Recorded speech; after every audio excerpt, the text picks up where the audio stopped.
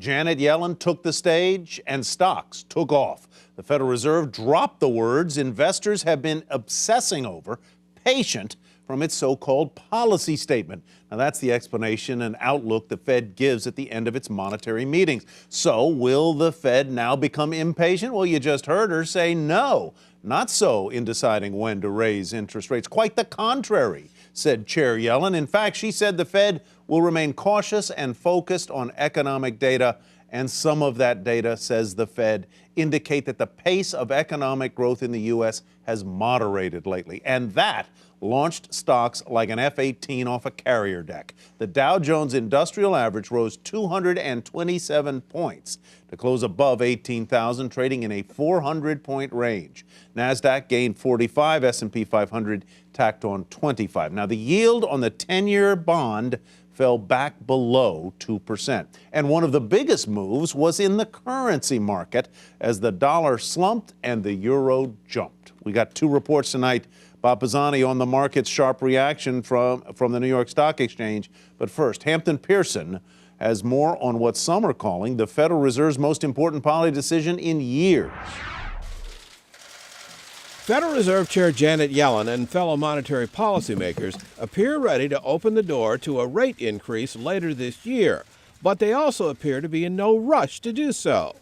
Just because we remove the word patient from the statement doesn't mean we're going to be impatient. The Fed chair ruled out a rate hike at the April meeting. Economic data tracking further improvement in the job market and higher inflation appear to be the most sensitive rate hike triggers, but the Fed chair acknowledged slower economic growth and more downward inflation pressure from the strong dollar makes a strong case for waiting. Just as we don't want to be premature in tightening policy and aborting a recovery that we have worked long and hard to proceed as far as it has, we also don't want to be behind the curve in beginning to tighten, given those lags. Markets rallied based on the notion a rate increase may be further off than what many traders had assumed.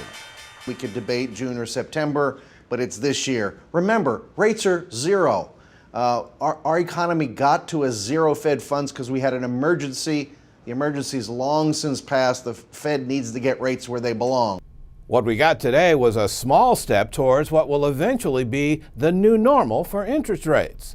But the exact timing as to when liftoff actually occurs remains anybody's guess. For Nightly Business Report, I'm Hampton Pearson in Washington. The Fed did it again. The markets were terrified at the prospects that the Fed would remove the patient phrase. The Fed did exactly that, and yet stocks staged one of their biggest rallies of the year. The Dow Industrials, for example, was down almost 150 points going into the Fed meeting at 2 p.m. Eastern time, but in the next hour and a half, it rallied about 400 points. In the bond market, 10-year bond yield saw one of its biggest declines of the year, going from roughly 2.03% to 1.91%. That's huge. With bond yields dropping, interest rate-sensitive sectors that compete for yield rallied dramatically, with gains in utilities and REITs and telecoms and home builders. Hey, wait, I'm not done. Lower rates for longer caused the dollar to drop dramatically, particularly against the euro. As the dollar collapsed, commodities like oil and gold rallied, as did the commodity stocks like energy and metals. What happened? Well, despite Yellen's comments that the Fed could raise at any time, traders believe that the Fed is once again pushing the day of rate hikes farther down the road. It looks to me as though the markets are reading that dovishness and saying, no rate hike this year. We heard what you said, but no rate hike this year. Was anybody not loving this? Well, lower rates are not good for banks who make money by borrowing short and lending long. Big banks like Bank of America, Citigroup, and KeyCorp ended down on the day.